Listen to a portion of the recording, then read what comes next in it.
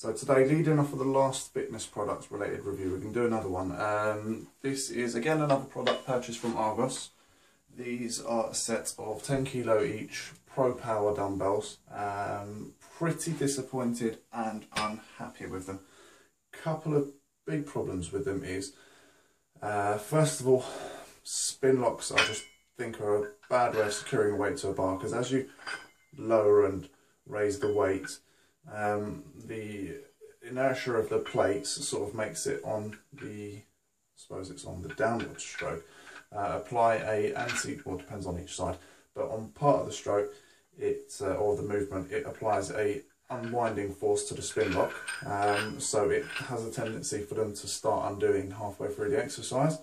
Very distracting, not ideal. That's problem number one.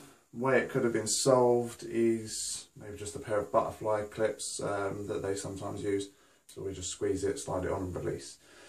So like a spring collar, I think they call them. That would have been, I think, a much better way of doing it. No more expensive than I think a spin lock would have cost. Just as quick and easy to release, and you know, there's a substantial bit of metal there which would have cost them a bit of money. So that could have been one way, or maybe applying a bit of a sort of a high friction coating to the inside of this, make it a little bit more difficult to do up and get off, but could have prevented that. And the second big problem, which is just more of a design flaw, I'll just strip the weights away to demonstrate, is with the handle. These bars themselves are just cast, so it wouldn't have really cost any more than what they've done.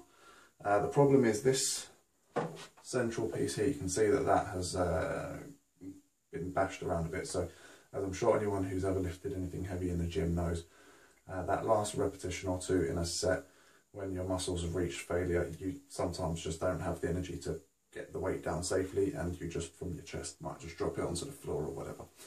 And that has happened with these, and you can see here on this side where it's taken that force sideways, has sheared the rubber grip from the bar itself. So now it just means that the plate sits on there at a funny angle, throws the whole balance of the weight in your hand off. Just not ideal. I think the way that that could have been solved is with this central piece that is here.